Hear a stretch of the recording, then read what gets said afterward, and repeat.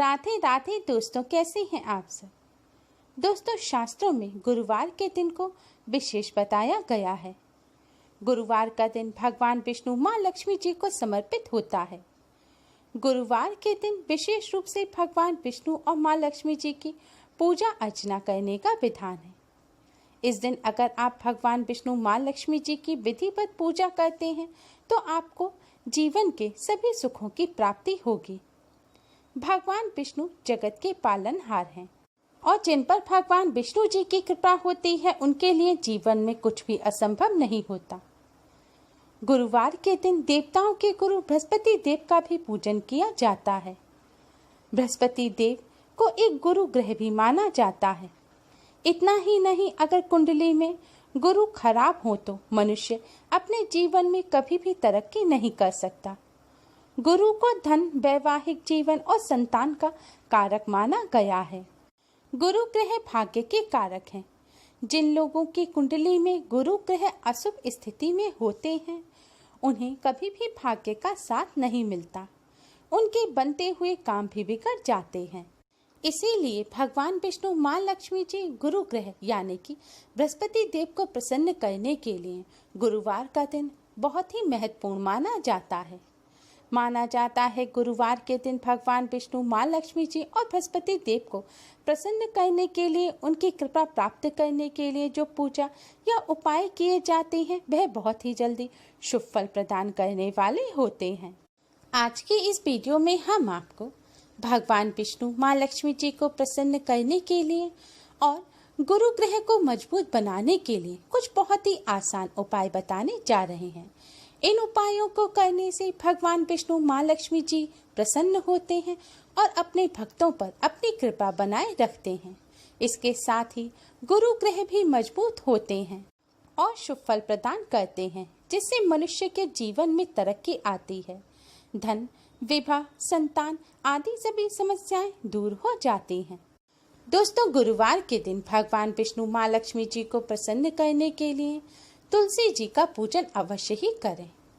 शास्त्रों में तुलसी जी को माँ लक्ष्मी जी का स्वरूप बताया गया है। तुलसी जी को हरि प्रिया भी कहा जाता है। माना जाता है कि भगवान विष्णु जी के पूजन करते समय अगर तुलसी दल भगवान विष्णु को अर्पित ना किया जाए तो भगवान विष्णु वह पूजन स्वीकार नहीं करते। यहाँ तक मान्यता है कि जिस भोग में तुलसी दल ना हो तो वह भोग भी भगवान विष्णु स्वीकार नहीं करते। देव उठनी एकादशी पर जब भगवान विष्णु निद्रा से जागते हैं तब सबसे पहली पुकार हरिप्रिया तुलसी की ही सुनते हैं। इसलिए भगवान विष्णु जी को प्रसन्न करने के लिए तुलसी जी का पूजन अवश्य ही करना चाहिए। शास्त्रों में बताया गया है कि तुलसी जी के पौधे की जड़ में सभी तीर्थ, मध्य भाग तना में सभी देवी देवता और ऊपरी शाखाओं में सभी वेद यानी कि चारों वेद स्थित हैं। इसलिए इस मान्यता के अनुसार तुलसी जी का प्रतिदिन दर्शन करना पापनाशक समझा जाता है और इनके पूजन को मोक्षदायक कहा गया है।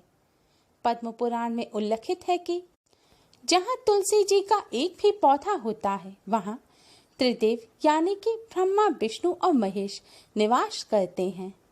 इस ग्रंथ में वर्णित है कि तुलसी जी की सेवा करने से महापातक से महापातक व्यक्ति के संपूर्ण पाप भी नष्ट हो जाते हैं। तुलसी जी की उत्पत्ति से भगवान विष्णु के संताप दूर हुए थे, इसलिए तुलसी को यह नाम दिया गया।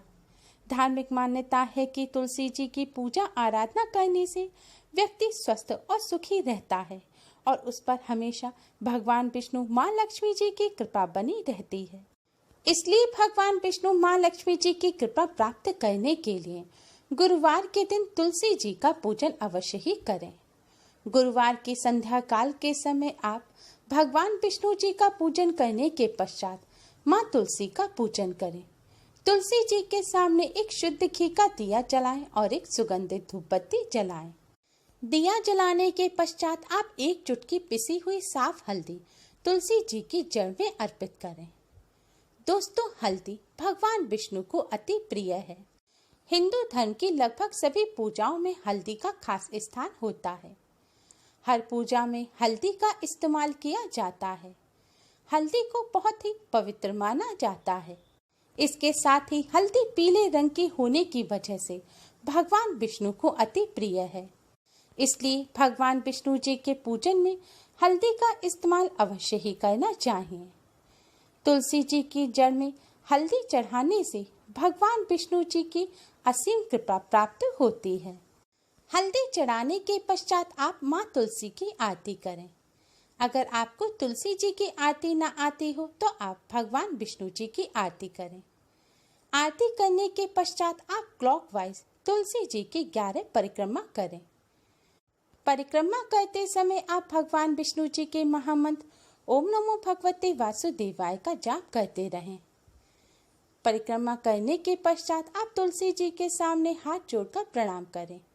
इसके बाद आप भगवान विष्णु जी के महामंत्र ओम नमो भगवते वासुदेवाय का 108 बार जाप करें। जाप करने के बाद आप भगवान विष्णु, माँ लक्ष्मी जी और तुलसी जी को प्रणाम करें। उनसे अपने सभी कष्टों और दुखों को दूर करने की प्रार्थना करें और घर परिवार की सुख समृद्धि की प्रार्थना करें। आपकी जो भी मनोकामना है वह तुलसी माँ के समक्ष बोलें और उनसे अपनी मनोकामना पूर्ण करने की प्रार्थना करें। दोस्तों, शास्त्रों में बताया गया है कि गुरुवार की संध्या काल के समय इस तरह तुलसी जी का पूजन करने से तुलसी जी के साथ साथ भगवान विष्णु, माँ लक्ष्मी जी की भी कृपा हमेशा बनी रहती है। दोस्तों, अगर आपकी कुंडली में बृहस्पति की स्थिति खराब है तो आप बृहस्पतिवार के दिन मंदिर में केसर और चने की दाल का दान करें। इससे आपको जरूर लाभ होगा। इसके साथ ही आज के दिन आप बृहस्पति देव के केसर से तिलक करें। केसर ना हो तो हल्दी से तिलक करके उनका पूजन करें। पूजन करने के पश्चात अब आप इस हल्दी से रोजाना अपने मस्तक और कंठ पर तिलक करें। ऐसा करने से बृहस्पति देव की कृपा प्राप्त होती है। इससे आपको अवश्य ही लाभ होगा।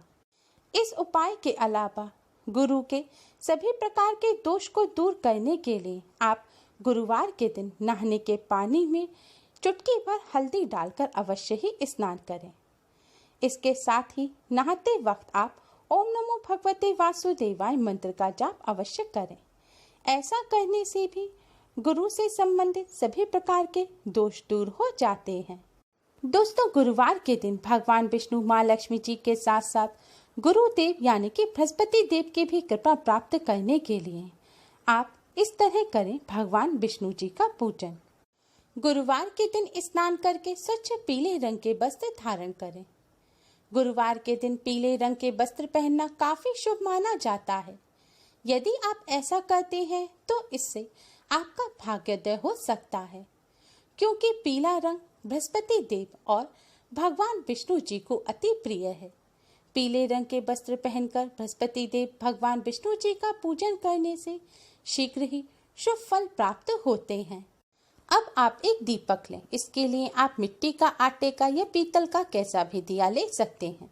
अगर आटे का दिया ले रहे हैं तो इस बात का ध्यान रखें कि साफ जल से मड़ा हुआ आटा होना चाहिए और आटे में नमक ना हो। अब आप एक आटे का दीपक तैयार कर लें। इस दीपक में आप शुद्ध घी भरें। शुद्ध घी ना हो तो आप मीठा तेल यानी कि तिल का तेल भी भर सकते हैं। अब आप एक लाल रंग का कलावा लें। कलावा यानी कि मौली, जो पूजा के बाद कलाई पर बांधा जाता है। कलावा ना हो तो आप कोई भी सूती लाल रंग का धागा ले सकते हैं। अब आप इस धागे की दीपक में 2 बाती लगाएं। ध्यान रखें दोस्तों, आपको 2 बाती लगाने हैं और दोनों बाती ही पास पास होनी चाहिए, यानी कि 2 बाती 2 अलग अलग दिशाओं की तरफ ना हो। दोनों बाती एक ही दिशा की तरफ मुख किए हुए हों। दीपक तैयार करने के पश्चात अब आप इस दीपक को मंदिर में रखें।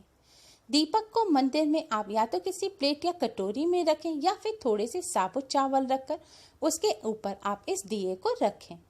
ध्यान रखें, दिए को आपको इस प्रकार से रखना है कि इस दिए की जो 2 बाती हैं, दोनों बाती का मुख भगवान जी की तरफ होना चाहिए। अब आप दीपक जलाएं। दीपक जलाने के बाद आप भगवान विष्णु, माँ लक्ष्मी जी और बृहस्पति देव को पीले रंग के किसी मिष्ठान का भोग लगाएं। पीले रंग का मिष्ठान ना हो तो आप गुड़ और चने की दाल का भोग लगा सकते हैं या फिर शक्कर में थोड़ी सी पिसी हुई हल्दी मिला दें और उसका आप भगवान विष्णु माँ लक्ष्मी जी को भोग लगाएं और बृहस्पति देवता को भी भोग लगाएं और भोग में तुलसी दल अवश्य ही रखें। भोग लगाने के पश्चात आप भगवान विष्णु माँ लक्ष्मी जी के इस मंत्र का 108 बार जाप करें। मंत्र इस प्रकार है, ओम लक्ष्मी नारायण नमो नमः, ओम लक्ष्मी नारायण नमो नमः। इस मंत्र का 108 बार जाप करने के पश्चात आप भगवान विष्णु माँ लक्ष्मी जी की आरती करें और बृहस्पति देवता की आरती करें। इसके पश्चात आप भगवान विष्णु माँ लक्ष्मी जी और बृहस्पति देव से अपनी सभी समस्या कहें और सभी समस्याओं को दूर करने की प्रार्थना करें। दोस्तों, जितनी देर में आप मंत्रों का जाप करें और आरती करें, इतनी देर तक आपका दीपक जलता रहना चाहिए। दोस्तों, मंत्रों का जाप करने से पहले आप भगवान विष्णु माँ लक्ष्मी जी और बृहस्पति देवता को पीली हल्दी या फिर केसर से तिलक अवश्य ही करें और पूजन करने के पश्चात इसी हल्दी या केसर से अपने भी मस्तक पर तिलक करें और आपने भगवान जी को जो भोग लगाया है उसे प्रसाद के रूप में ग्रहण करें। इस तरह भगवान विष्णु माँ लक्ष्मी जी और बृहस्पति देव का पूजन करने से भगवान विष्णु और माँ लक्ष्मी जी की असीम कृपा प्राप्त होती है। साथ ही गुरु ग्रह भी मजबूत होते हैं और गुरु ग्रह के अशुभ प्रभाव शुभ प्रभाव में बदल जाते हैं। भाग्य साथ देने लगता है और बिगड़े काम बनने लगते हैं। उम्मीद है आपको हमारी ये वीडियो पसंद आई होगी। प्लीज़ लाइक करें, हमारी इस वीडियो को अपने फ्रेंड्स और रिश्तेदारों में ज़्यादा से ज़्यादा शेयर करें जिससे वह भी इसका लाभ उठा सकें।